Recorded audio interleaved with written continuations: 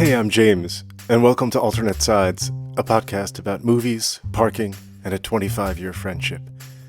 We're back for another decade of movies I somehow never saw until now, 1993 to 2002, and this time we're kicking it off with Brian De Palma's 1993 crime drama, or melodrama, Carlito's Way, starring Al Pacino, Penelope Ann Miller, and Sean Penn.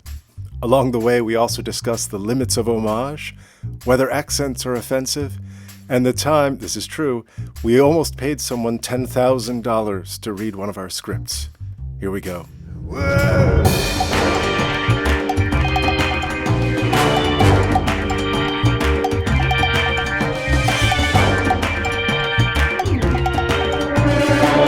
So you're back in the car, I see. I am back in the car. The car took a little holiday to the Subaru. Is it a dealership? What do you call it? The place? It must have been serious if you took it there instead of to Terry. Well, it was due for like a kind of an all-around, let's have a look, make sure everything's working, whatever. And Terry's great, but you never quite know what you're getting with Terry. I wasn't going to talk about the car to begin with. I did not sleep well last night because my stomach was, I don't know, something didn't agree with my stomach last night. Mm-hmm. We made fish tacos, and I'd bought a new salsa, which was a bit spicy, a bit too spicy, maybe. You're a delicate flower when it comes to the... Oh, God, my stomach is so weak. This is why I can't go to India. Margie's always said she'll never come to India with me because she knows I'm just going to die. But you'll die happy. Die with a vindaloo, right? We can. I'm going to suggest that we talk about the movie. Oh. And also... Oh, is that too abrupt? No, shit. This is fine. I guess that's what we're here for. Well, we can continue talking about your stomach problems and your digestion if you want. Jesus. No, that's fine. I can tell when I've outstayed my welcome on the topic. No, I also did not sleep well, but you don't care about that. No, the thing about sleep is, well, we can talk about this later if you like, but sleep is very important to me, and I'm champion sleeper. You're rubbish at sleeping. So it's not weird that you didn't sleep well. I resist that characterization. I'm not rubbish at it. I just don't like getting 8, 9, 10 hours of sleep the way you do. Exactly. That's not being that. I love it. I love sleeping. Sleeping's the best. I'm quite good at it. I'm just more of a... You're not. I'm good at napping. Yes, you are very good at napping. Too good, maybe, at napping. That's probably the problem. That's why I'm going to live a long time. You know who didn't live a long time? Was Carlito Brigante. Carlito Brigante, motherfucker to the max. Now, I don't think we can do that accent. Yeah, of course you can. It's in the movie. It's the movie. I think that's offensive. That's offensive. It's not offensive. He's New Yorican. Although he did slip in occasionally to his Scent of a Woman accent. I think it was filmed quite close to Scent of a Woman, so he probably did. I think there was a little bit of bleed crossover. But he is New Yorican, right? Puerto Rican. A Puerto Rican from New York. You could definitely do the Leguizamo accent. Go snatch your purse. I love it. I asked my children about this. Why is it okay for me to do an Irish accent and not an Indian accent? And they said, because it's racist. And I said, but, or Italian accent, because you're white. And I said, well, Italians aren't white. and then you I do know, of course, I do think Italians are white. But my son very wisely said, it's not necessarily racist. It's just offensive. It's offensive to do any accent. We can't do imitations of anyone. I think it's a gray area. It's regional. I don't know. Yeah, I'm sure you could do an Armenian accent and probably not get too many eyebrows raised at you. But if I did an Armenian accent, that would be well. That. You know what's funny about that? When we as kids would speak Farsi, and our Farsi was like the Farsi that we had learned in England, so we didn't have proper Iranian accents. All the grown-ups would look at you like, why does he talk like an Armenian? That's apparently how the Armenians would speak Farsi, is how we would in our shit version of English, like with English accents. Well, it goes to a bigger cultural point right now, which is that if you made this movie again, you probably couldn't get Pacino. I mean, who's, I suppose, ethnic, but you would have to have a Puerto Rican. I suppose ethnic. I mean, I think that was a time. I was actually thinking this is one of the reasons why Jack Nicholson didn't do The Godfather, apparently, is that he thought really Michael Corleone should be played by an Italian-American actor. Right. But I think nowadays the idea of like let's say McConaughey with the big leather coat doing a Puerto Well, Rican accent would McConaughey is a be. much bigger leap, as you say, than Pacino, who is Italian. All right, he's not Puerto Rican, sure. The whole thing's stupid. Just, I hate it. But I agree to a certain point. It's called acting. Like, you don't need a left-handed actor to play someone who's left-handed, nor a Catholic to play a Catholic, nor an Italian to play an Italian necessarily. Exactly. There are certain lines, I guess, we insist on. Well, I think the idea that like Richard III must now only be played by disabled actors strikes me as kind of missing the point in a way.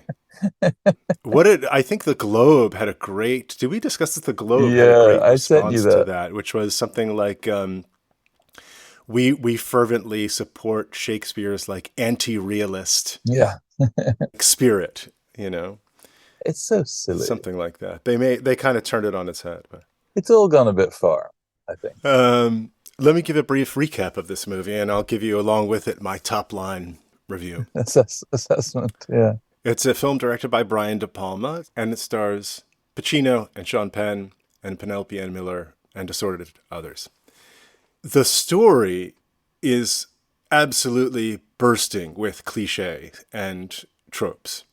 It's the story of the former criminal who tries to go clean and gets pulled in for one last job. I'm out. I told you I'm going clean. I'm out. And of course, we've seen that story many times, and it's a great story, and there are good versions and bad versions. But here it's like, you know, the former girlfriend is literally like an exotic dancer, and the like smarmy lawyer is this like played by Sean Penn as this like very shystery Jewish lawyer, and of course De Palma has these instincts, I guess, or habits of like dialing that stuff up. There's a sort of operatic or big quality. All right, let me just quickly, and then you talk. So Carlito Brigante, this is the character played by Al Pacino, who's a former heroin coke dealer. It takes place in the mid-'70s.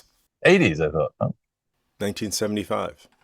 Huh. That's what the movie says. That's funny, because I did think it was very 80s. I thought it was like a 90s movie looking back to the 80s. I guess the music was more 70s, actually. But he mentions in the movie, he talks about, I guess when he went away, it was 1970 and it was all weed or whatever. Now he's come out and it's like all coke. And okay, yeah. So he's served 5 years of a 30-year sentence, and his lawyer, Dave Kleinfeld, played amazingly by Sean Penn. Really, so one of good. Sean Penn's great performances. It's amazing. Who's a totally crooked lawyer who's like mobbed up and coked up and just really bad in news. over his head. Yeah. But Carlito owes him because Dave gets him out of prison. So he's released. He's given new life. He's rehabilitated. He's rejuvenated. Yeah, that's a very fun. Very fun. But anyway, he tries to go clean, and what he's going to do is work straight and raise $75,000 as an investment into this car rental company that a guy he knew in prison is opening up in the Bahamas. And so that's what he's going to do. But of course, we may be through with the past, but the past ain't through with us. He tries to go straight. He gets reunited with his former girlfriend, who's this dancer, and they're going to go down to the Bahamas together, and it all unrolls and ends badly. Which is interesting because it starts with this kind of weird black and white, semi-abstract kind of sequence where he's been shot, but you don't know what time you're in. So for you watching it the first time, what did that opening sequence, did that tell you that it was going to end badly? I thought that was really cool. Like as a piece of filmmaking, I was like, oh, this is cool. The score is pretty interesting. Mm-hmm. The score is by Patrick Doyle, who worked a lot with Ken Branagh, who's like a legitimate... I like this music. I thought this music was like, it marked a shift in the composer. Like last time we saw that what was it, Howard Scent of Woman. Who did that one? I didn't like that one. Thomas Newman. Yeah, I didn't like that. And Thomas Newman is great usually. This one felt more modern. Yeah.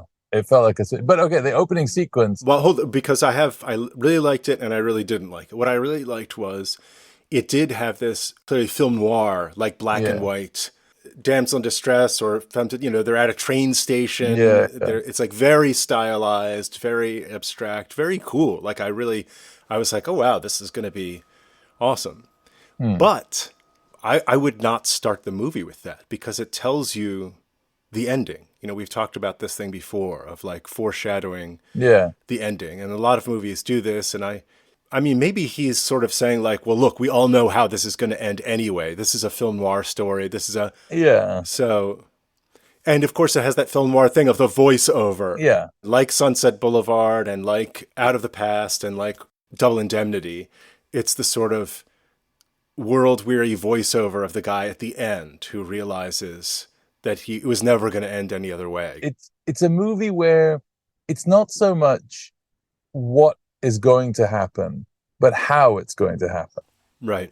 It's all about these set pieces. It's not about, take the pool hall scene, right? So the pool hall scene is a great example. Like, he gets in trouble right away. It's unrealistic. There's this guy who's made a big song and dance about I'm going clean, I'm going clean. And it's like the very first day on the street, he gets involved in a $30,000 drug. I mean, come on. If you're really going clean, you don't do that. But okay, it's his cousin. He gets in there. Now, here's what's cool, though. Pacino has created the diversion. He smacks the one guy, beats up the other guy, gets the gun, shoots a couple of people. He doesn't have a gun. So he grabs a gun, shoots some people. But if you could end that scene. He could go bang, bang, bang, and run out the door. He doesn't do that. He goes bang, bang, bang, and goes into the toilet. And now he's stuck in there, not knowing if people are still alive, if someone's coming to get him. And you've got this whole, one of my favorite scenes in the movie, I think it's the scene that the poster comes from, is him in the bathroom going, you can immediately see the old Carlito, like right away. Like, you think you're big time? You're going to fucking die big time. That's what it says to them. It's so awesome. And like, that's a totally, you could just avoid that. That's just a great, like an example of writing that scene well. And it's the same thing in a number of sequences. Definitely the stuff at the club, but the big end set piece as well, which is reminiscent a little bit of Untouchables, and like even De Palma, who in the Untouchables was like sort of referencing or ripping off, depending on how you look at it, Battleship Potemkin. But then now he's sort of referencing himself. Homage, if you will. Yeah. The final set piece is really spectacular. It's so good, right? In Grand Central, yeah. Great long extended single take of Carlito trying to avoid these mobsters in Grand Central, and we're just following him around. Yeah. And he's very cat-like in this long black leather coat behind pillars and sneaking down. And it's really, I have to say, this movie did impress me. Pacino did impress me. So in this movie. My favorite thing about this movie is the way that Pacino moves in this movie. He moves so beautifully. Like, there's all these shots in the club, him going up and down the stairs. Remember when the mob guys are, and he's just moving with increased purpose. Like, yes. And it's also very much a reference back to Scarface. Like, De Palma who made Scarface. There's all these shots, which you didn't see, I guess, because it was on our list at some point. But there's all these shots in that club, famously, and they're push-ins to like Tony Montana sitting in his booth. And it's very much referencing that again, but with a different energy to it. It seems like De Palma is very much about reference. Yeah. Like, he's referencing Hitchcock, and then, like, I saw Blowout a couple of years ago again. Like, even referencing himself. I think that's where he gets a little bit of a bad rap. For me too. Like, he's not my favorite because he comes across a little bit like a film school director. Like, I've seen all these movies, have you, kind of thing. It's like someone who writes constantly with illusions rather than, I don't know, just... It's interesting because there's a guy I knew in grad school he was a PhD comp lit student, which sort of tells you all you need to know, in my opinion. But he was a big De Palma fan. Yeah. And what he loved was all this sort of cultural criticism, referential stuff, and like the idea of seeing and of the Hitchcockian this and the gaze and whatever. And, I think you can really go pretty far up your own. Well, that's the thing, that Hitchcock was doing all that, but he was inventing the language of that. And De Palma's sort of just rehashing the language of that. Did you recognize, Okay, so there's a sequence where the Sean Penn character has ripped off this Italian mobster of $1 million, and the Italian mobster basically says, like, you're a dead man unless you help spring me out of this prison barge. Now, do you know who plays the mobster's son in that scene? The other son The son on the boat. on the boat? No, who's that? It's Adrian Pasdar, Pink's brother. Oh, see, when the name came up, I was like, I know that name. That's right. Oh, I didn't Yeah. realize. That's funny because you know is it supposed to be Tony T or Tommy T, whatever, his other son, the guy who dresses up as the cop? Yeah. I recognized him, and I was like, how do I know him? You've probably seen him. He was in The Sopranos. He was in a bunch of things, but he was our neighbor on the Upper West Side. Really? There was a little room at the top of the building, and he had the whole terrace to himself. And he was this lovely. He died quite young. He got cancer. But he was Joe. His name was Joe Ceravo. And when this came out, it was a big deal for him. There's something though, those guys especially, there's also something comic, deliberately comic. Like, I think in a way, De Palma, I think he like relishes a lot of the tropes and the stuff that we might think, that's a bit much, but he actually finds them delicious. A bit much? The scenes between Pacino and Penelope Ann Miller are ludicrous. They're so melodramatic. Yeah. It's incredible. But kind of enjoyable for that, no? This is where I don't get you. I know that actors, it's hard to separate one thing from the other. But again, this movie with Treat Williams, you would not be saying it's delicious. That's maybe true, but it wouldn't be with Treat Williams. But it's also, it's the intention. So the intention is to push. And so, like, to me, clearly when the big fat mafia guy who can't quite make it through the train and botches it, you know, and then they come through and they're like, oh no, come on, man, get the fucking guy. And then when they're running around Grand Central, oh, there he is, there he goes. Like, they're like 4 cartoon characters. Right. So to me, I'm not judging that as like, wait a minute, this is cartoony. I'm understanding that De Palma knows this is cartoony and he's leaning into it and he's having fun with it. I think this is what my friend from grad school would have said too. And it reminds me of the end of Blowout with Travolta. Right. Again, where the girl's killed at the end and it's the 4th of July and there's this very big sort of melodramatic scene of him kind of cradling her while the fireworks are going off behind him, sort of low angle, and the score is, it's very, very over the top. Yeah, he knows what he's doing, and even all the stuff at the club and the extravagant camera moves and stuff, and it's a knowing kind of, I'm going to do this and just sit back and enjoy it, is his sort of advice to us. But I feel like there are other times when somebody has done that and you really think it's like, isn't that what happens in the Harrison Ford, Tom Clancy movies? They're just like, we all know what's going on here. Sit back and enjoy it. I like those the same as I like this. Maybe I like Pacino more than Harrison Ford. Not maybe. I definitely like Pacino more. I like Sean Penn more. There are things in this movie that push Louis Guzman, who is one of my favorite people. Although that's total nonsense that he would trust that guy at the end, having been told, there's things that plot points that just don't make sense. But the characters are fun in a way that it's just more interesting to me than, I guess, the Harrison Ford stuff. I like Leguizamo's Benny Blanco from the Bronx. Like, there's something very delicious about that. He's very good. And we also get great character actor James Rebhorn plays the DA. He's back after Santa Woman. Yeah, he played the school principal in Santa Woman, one of the great heel actors of the 90s. He really is.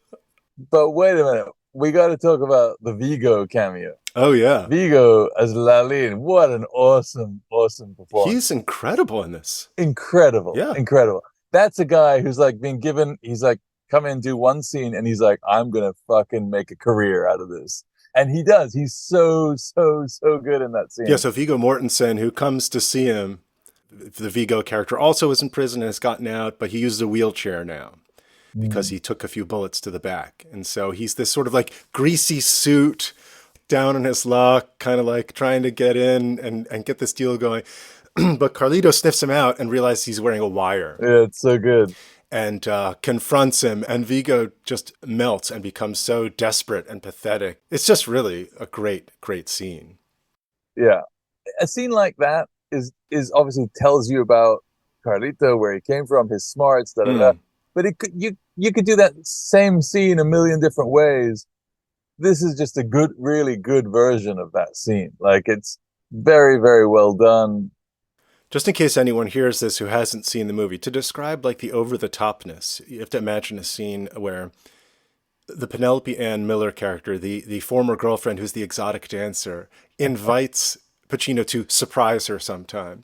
So he shows up at her house, her apartment, which is very well designed, by the way, decorated. Her dancer's West Village apartment or whatever it is. She opens the door and the chain is on the door, and they have this sort of flirtatious back and forth, and she shows away, and she basically says, "You're going to have to come in if you're going to come in," or get in. And then she walks away and she sort of lets the negligee slip off the shoulders, and then he's looking at her through the crack in the door, like Goofy from the cart, like with the big like cartoon eyes bulging out almost. And then he breaks the chain down, and then they start this steamy scene, and then Joe Cocker comes in. You are so beautiful too. Yeah. Camera revolving around the couple, spinning. Joe Cocker is a bit much. You could have held off on that. Definitely. Yeah, just amazing. Just amazing. Part of it is when you saw these things. I think if I saw the equivalent of this movie today, I would probably have less patience for some of this stuff. But it was, I was 18 years old. It was fun. Yeah, I get it. No traffic warden, no street. Not yet. Nothing so far. Is it a hot one up there? It's very warm. Yeah, it's been warm and humid here. I don't like it. Now I noticed one other thing in the about people who worked on this movie. Casting by Bonnie Timmerman. Does that name ring any bells for you? She's huge. Yeah. Right. But do you remember when we went to LA that time that there was supposedly someone offered us a deal that if we gave him $10,000. Oh, yeah. Was that who it was? It was Bonnie Timmerman. Yeah, I can get you. What did she say? Oh, here he comes. Here comes the street sweeper. Should I move? He kind of did. Oh, people are moving a little bit. Oh, hang on. Oh, no, he's gone around. You should have moved. I should have moved, but I couldn't. Sorry, man. He looked at me like I should move. If you're sitting in the car, you may as well do your civic duty and I'm get out of the way. trying to move, but he didn't give me a chance. Now the traffic warden's coming. Yeah, now it's too late. Seems silly that the traffic warden would come and enforce the situation after the street sweeper is gone. Yeah, but that might happen. We'll see. So we went to LA. This is when we had this movie. This was Central Park, right? You and I had written a thriller that takes place entirely in Central Park over the course of one night. Still a great idea. Was it Central Park that we were trying to do that? I think it was Central Park, and the idea was we went to LA and we took these meetings. What? Hang on. How you doing? Why didn't I move when... I tried to move, but he didn't give me a chance. He's supposed to move before the time. It's 8 to 10. I thought if 30 to 10. They usually give me a chance to move. But there is no chance to move. He's supposed to move down 5. Okay. Sorry, man. When the opening on the basement, Yeah. we're supposed to give. Oh, really? Yes. Okay. It's So not like we cannot give, no. I We understand. just want to... So what do? We go over there? There's no bike lane. We're supposed to double back the time frame from, let's say, 8:30 to 10. Yeah. You can double back. No one's supposed to give you. If there's no bike lane. Yeah, if there is no bike, you're supposed to double back. Okay. Sorry about that. I was gonna move, but he came so far. I didn't see. Sorry about that. My goodness. So he's not giving you a ticket. No, he's all right. He was a nice guy. I did try to move, but I wasn't quick enough on the trigger. If we hadn't been doing a podcast, I would have done it. It's my fault. I think it's what. No, I'm not saying it's concluding. your fault. I'm saying it's my fault for being engaged in other things. Well, it's okay. You learned something. No harm, no foul. It's fine. We're good. Didu, he was a nice guy. I need to go back to this Bonnie Timmerman story. Oh yeah. You and I went to LA with this script, and we took a bunch of meetings with producers. And one of the meetings, and I forget who it was was like an actor who was trying to be a producer, and he knew Bonnie Timmerman well. And he basically said to us, for 10 grand, I get your script to Bonnie Timmerman and she'll send it out to a couple people. He said something even more than that. He said, like, for 10 grand, we'll get it to, whoever it was, Jeff Bridges, or like, like you name it. Yeah. I wonder who it was that he was going to try and get it to. Liam Neeson. Is that right? Wasn't it Liam Neeson? Or Jeff Bridges? It was someone like that. I think I would have paid it if it was Jeff Bridges. I love Bridges. But anyway, we didn't do it. And of course, that script still hasn't been produced, although it's a great movie. Yeah. Who's this calling me? I take this call. Hold the line 1 second. Jeez. 1 second. Just hold on. Hello?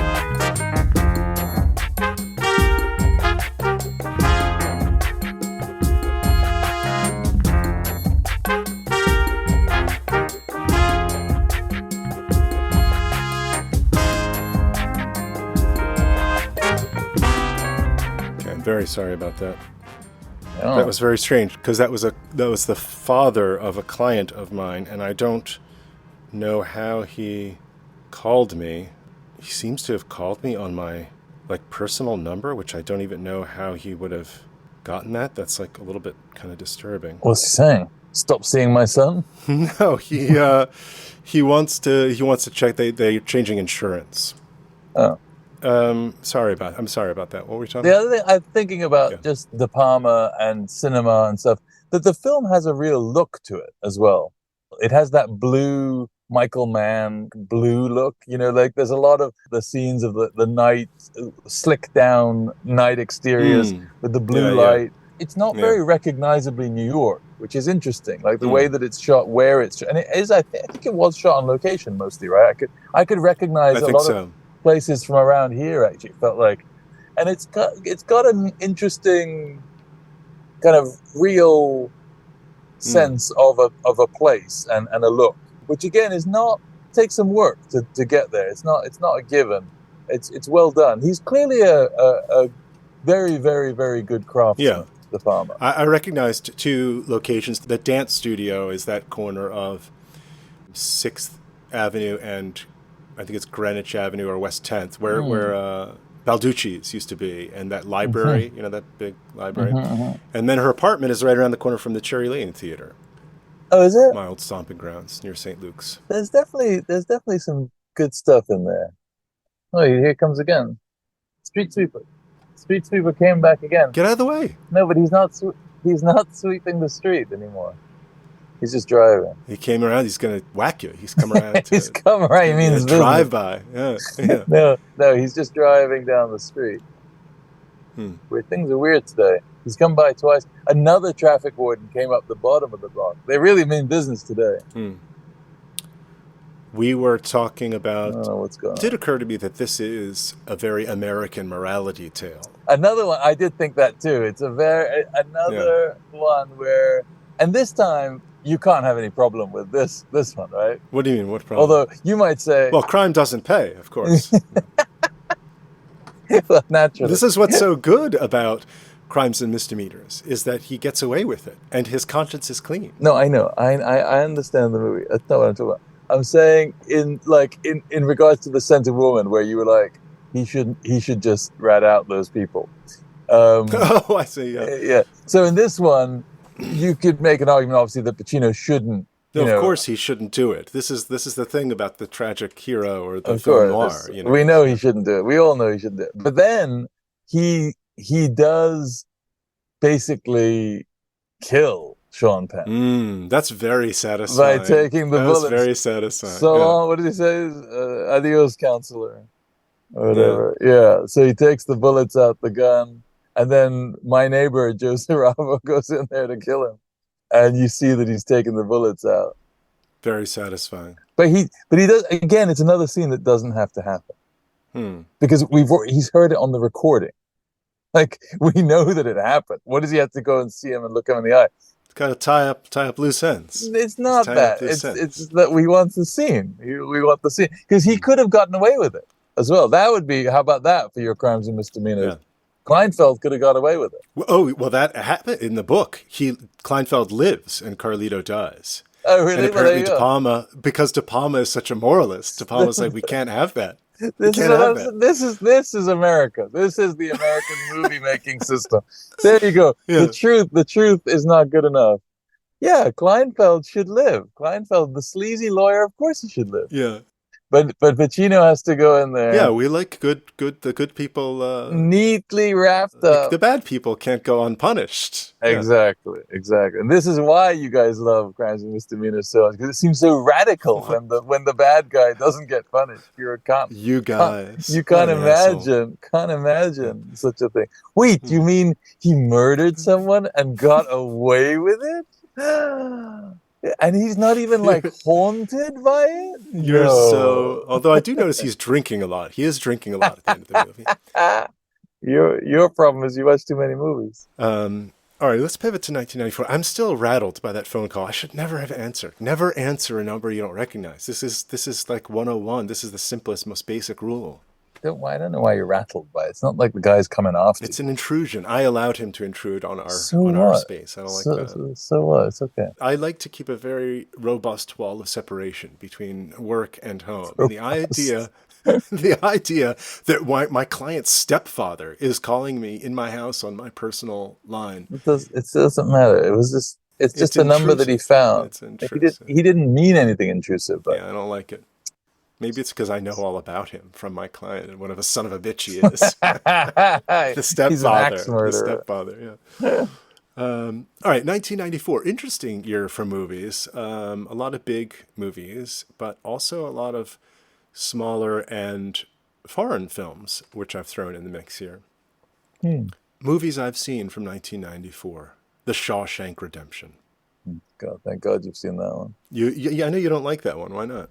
I could make the case. It's like, speaking of the moral, it's exactly the same. It's a moral movie. We kind of know what's going to happen, but it's very well made, and it's got a great score. You know what? The sentimentality of this movie, or the melodrama of this movie, doesn't compare to the sentimentality of that. It's the sentimentality in those movies, in the Spielberg movies, and that I can't stand. I can't. Playing the Mozart for the convicts and the big crane shot over the prison yard as they're all looking up. Unbelievably shit. So naff. And the fact that it's like everyone's favorite movie. Fucking hell, it's shit. It's so shit. Oh, all these convicted murderers are moved by classical music. Oh, fuck off. Fuck off. It's about freedom. It's about I hate it. Get busy living or get busy dying. Oh God, I hate it. No, that's the difference. That's where I draw the line. How about another movie you probably have issues with? 4 Weddings and a Funeral. I mean, that I have more time for that because it's a light-hearted kind of car. It does get a bit sappy and shit, but it's fun. It was fun at its time. Very successful at its time. It's got some fun moments. Pulp Fiction. Pulp Fiction. That was a good one. Cannes Palme d'Or winner. Just run down a few here. The Lion King. Speed. Natural Born Killers. Clear and Present Danger. Delish. Harrison Ford as Wait, Jack Ryan. You saw Natural Born Killers? Did we talk about that? I did see it. I'm surprised that you saw that. I was trying to be brave. Okay. How about Ace Ventura: Pet Detective? That's a funny movie. Quiz Show, the Robert Redford movie. Oh, I like that movie. With Ralph Fiennes and Turturro. I like that movie a lot. Yeah, that's a good movie. That's another very moral American story, but it's well done. The Last Seduction. Oh yeah, this was like the rebirth of film noir. Everyone was like neo noir. Yeah, that and Red Rock West and yeah. I like that movie. I'm surprised that you've seen that actually. What an asshole. I mean, the guy hasn't seen Silence of the Lambs or Carlito, but you've seen The Last Seduction. Okay, all right. Fair enough. Here's one that might surprise you: Heavenly Creatures.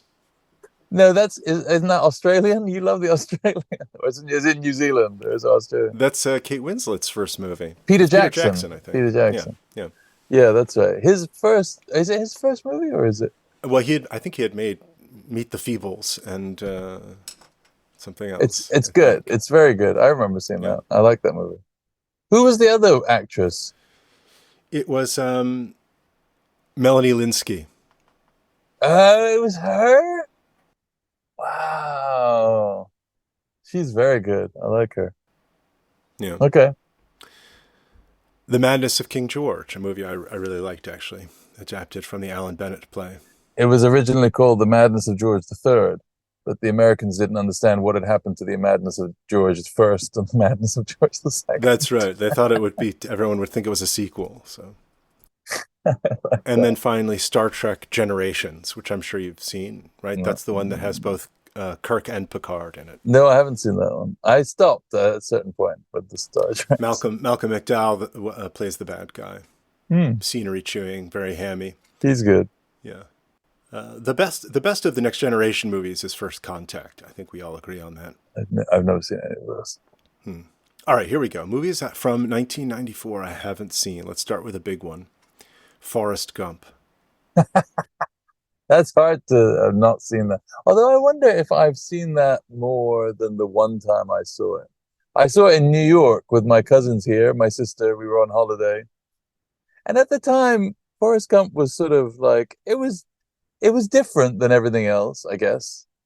But then it became, again, I think the sentimentality around it, the morality around it is what, or the thing around it made it a different thing than it actually was. What it was, I thought, was quite a amusing kind of thing, but it got taken very seriously in a way. I don't know. It was weird. It was almost like the reception changed the movie for me.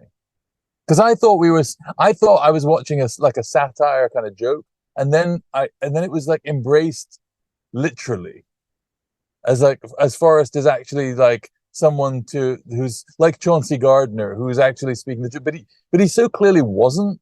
Like, to me, it was just like, this guy's a moron. Like, I thought that was the joke of it. Like, right. But everyone it became sentimentalized. So I don't know. I remember after Forrest Gump, Billy Bob Thornton's movie Sling Blade came out, and I remember seeing the trailer for that and not being sure if it was supposed to be funny, a comedy or not, because it's not a comedy at all. Similar, no. Clerks. That was a big deal when it came out. Weirdly, so that big kind of Kevin Smith, like the indie, you can make a movie for cheap and make a career out of it. Dumb and Dumber. Dumb and Dumber, the Farrelly brothers, who the guy Charlie Wessler, who I'm working with right now, was the producer on that. Oh yeah, yeah. He's Charlie's the guy who's like EPing this potential Glasgow football doc. Glasgow. Partick Thistle. Ed Wood. Oh, Ed Wood. Huh. The Tim Burton movie, right? I saw that in the cinema. I saw most of these in the cinema. This is the time. This is like peak cinema going. I think maybe I was on my gap year. Yeah, 94. I was probably on my gap year before college. Lot of movies. And this is the year I watched all 500 movies, probably. How about Reality Bites? Oh, yeah. Winona and Ethan Hawke and stuff. Ben Stiller. See on that? Very dated, I'm sure. Very dated, yeah. Shallow Grave. Danny Boyle's first movie. You've never seen Shallow Grave? Mm-mm. Oh, okay. I like that. I'd be curious to see that again. Oh, yeah. That's jumped to the top of the list. Don Juan DeMarco. That's another Johnny Depp movie. It's got Brando in it. I saw that with my other cousin. In London in the Empire. Like, we saw that together. And I dragged everyone because it was Marlon Brando. It's like, isn't his last movie? Brando's last movie? I think his last movie was The Island of Dr. Moreau. That has David Thewlis in it. And yeah, that's a terrible movie. This is a terrible movie. Don Juan DeMarco. It's awful. Il Postino. Talk about sentimental. Trash. Delish. Absolute garbage. Can't stand that shit. True Lies. Schwarzenegger? Jamie Lee Curtis, I think. No, thank you. Not interested. Through the Olive Trees. Now we're talking. But so which one of his are we saving though? You've seen Close Up. I've seen Close Up. I've seen Taste of Cherry. Oh, you've seen Taste of Cherry. Have you seen The Wind Will Carry Us? Don't think so. Wind Will Carry Us is 1999. All right, it's that or Shallow Grave so far. All right, last one, Chungking Express. Chungking Express. That is good. Saw that in the movie theater. I was a bit confused by it, but I rewatched it very recently, so I'm not sure if I want to watch it again. I think Shallow Grave might be the one to do. That's Ewan McGregor. It's Danny Boyle. It's Danny Boyle's first movie? It's like Danny Boyle. I don't know if it's his first, but it's the one that got him on the map. It's got our friend from Angel at My Table, Carrie Fox, I think, is in it, isn't she? Oh, yeah. And Christopher Eccleston, young Christopher Eccleston. Yeah, everyone's super young. It's very like of its time. You've seen Trainspotting, right? I think maybe Shallow Grave. I mean, Through the Olive Trees is my personal favorite of all the movies that you've said. But it's also it's in the middle of this trilogy, like I say, so it's hard to I don't know. Like you kind of need to watch those three together. Let's do Shallow Grave if you're up for it. Yeah, I'm into it. Although Shallow Grave, man, even the title makes me a little uneasy, I have to say. Yeah. All right, my stomach's feeling a little better. You'll be pleased to hear. Oh, good. I think the chat and a half a pint of water helped. Half a pint of amaretto. God. All right, mate. See you around. All right. Cheers.